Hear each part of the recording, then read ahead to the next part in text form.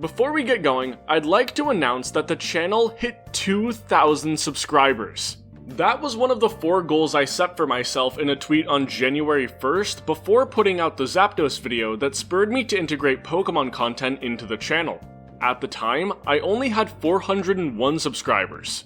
Also, it's really cool that my last 2 videos before hitting this milestone were on my favorite Pokemon region and an indie fighting game. April's Indie Fighter Fest did a lot for me when it came to getting better at short-form scripting and faster edits, and it introduced me to a lot of cool indie devs. This is just the beginning. Y'all ain't seen nothing yet. Now onto the video. Welcome to The Lowdown, a video podcast series.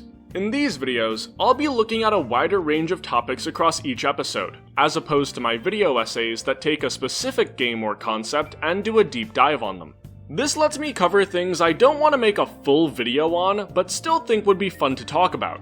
There's gonna be 3 variations of this series, one for Pokemon, one for fighting games, and one for other games I've got something to say about because I do play more than just Pokemon and fighting games, despite what all of my videos may imply. We're kicking things off with the Pokemon version of this series, Route 103.5, the Karp, as if I got given my own radio station in Hoenn. In today's episode, you'll learn about the anti-cheating mechanism that nearly ruined the Hoenn video, and the retro Smogon format I've been having a lot of fun with. I'm assuming most of you have watched my Fixing Hoenn video, and if you haven't, you should. I'm already working on a sequel to it that solves Gen 3's most scummy issue, something that isn't just limited to the Hoenn games. In getting all the B-roll footage for the weather video, I had to play through Pokemon Emerald, and having to complete a whole game before I can start editing a video was incredibly tedious, even when it was a game I liked. If you've been around the channel from the very beginning, that's also what held up the Beat-em-on video for like 4 months, but double because I had to complete both Beat-em-on games to get all the footage. Hoenn, for the most part, is a fairly easy region to get through.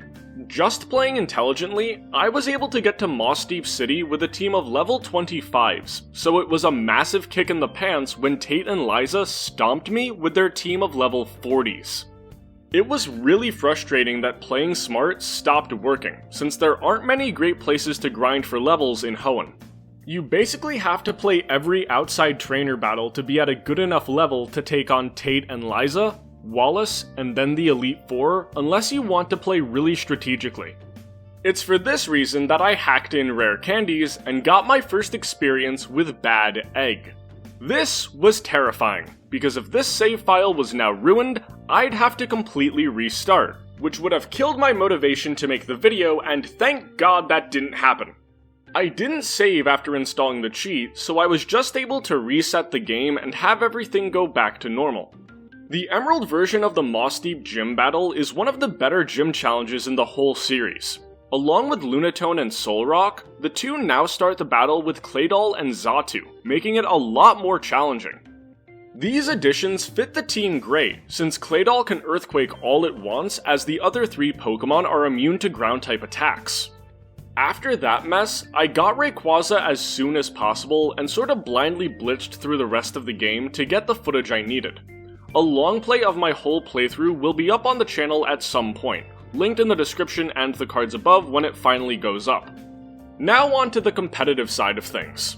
Every month, Pokemon Showdown picks 3 older formats to be their retro spotlights. In September, Generation 4 Ubers was the one that caught my eye the most.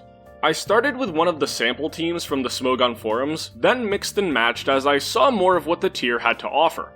Basically all of my previous experience with Ubers comes from playing Generation 6 doubles Ubers back in the day, so I was excited to get in some time on a singles Ubers format. I knew 2 things were probably going to be staples of the tier: Weather Wars with Kyogre and Groudon, and Dragons with all of these threats. That's how VGC 2010 handled, and I had no reason to expect that singles would be significantly different. I played around with a few ideas early in the month, but soon found a core I really liked. A lead of Choice Scarf Darkrai, Custap Berry Wobbuffet for Shock Priority Destiny Bonds, and then in the most surprising twist of the month, Registeel ended up being amazing for me. One of the biggest issues in Gen 4 and Gen 5 is that dragons had nothing that really messed with them. The fairy type got introduced in Gen 6 in large part because dragons were so dominant, namely Latios, Garchomp, and Druddigon.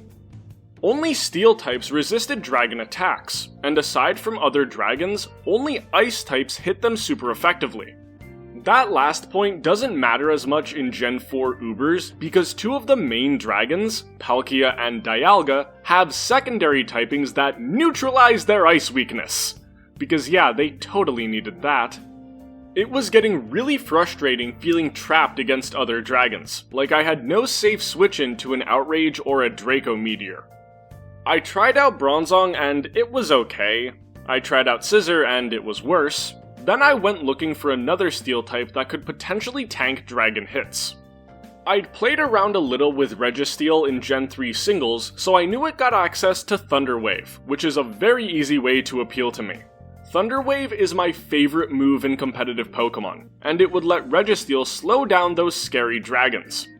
With Explosion alongside it, Registeel had the option to take out a threat by itself, or at least do a big chunk of damage to them.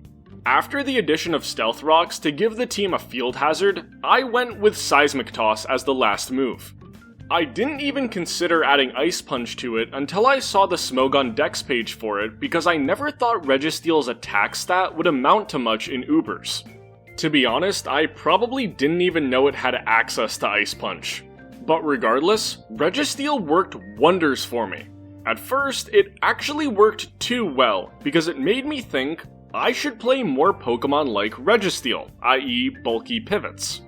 This led to me using a team that basically only had Swords Dance Garchomp as a versatile offensive option, which didn't go great.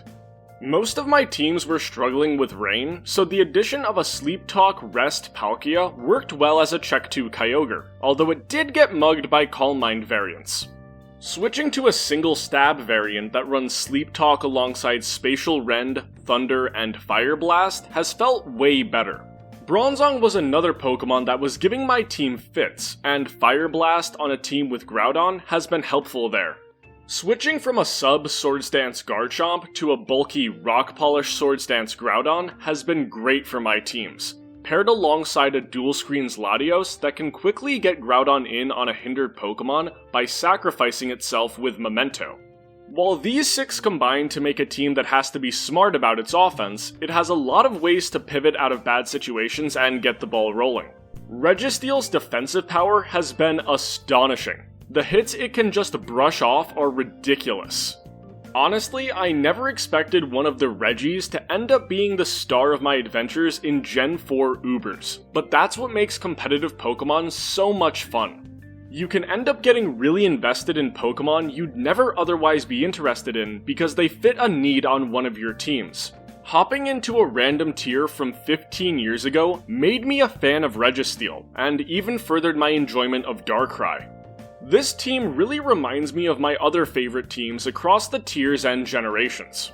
When I first get into a format, I normally don't look at anything beyond the viability rankings to just get a rough idea of what I'll be facing. After that, I embrace experimenting in team building, not caring about what the tier lists say, and more so hunting specific fits. It usually ends up with me liking a 5 Pokemon unit pretty quickly, and then struggling to find a 6th. That was sort of the case here. My original idea of a Sand team with Tyranitar, Claydol, and Garchomp alongside the core 3 slowly broke down as more issues arose. Claydol got replaced by Palkia to help with the Kyogre matchup, then the Latios Groudon pairing came in once I got frustrated with what felt like a surprising lack of KO power on Garchomp's part. I have been having so much fun with this team, and Gen 4 Ubers is definitely a tier you should try out. It's a lot more interesting than I expected. If you enjoyed this video, be sure to hit the like button and subscribe to the channel. In the comments, tell me how you've been enjoying the Pokemon franchise lately. If you liked all the team building talk, be sure to check out the first fighting game episode of this series when it comes out. There's going to be a lot more of it there because some fighting games are surprisingly similar to Pokemon.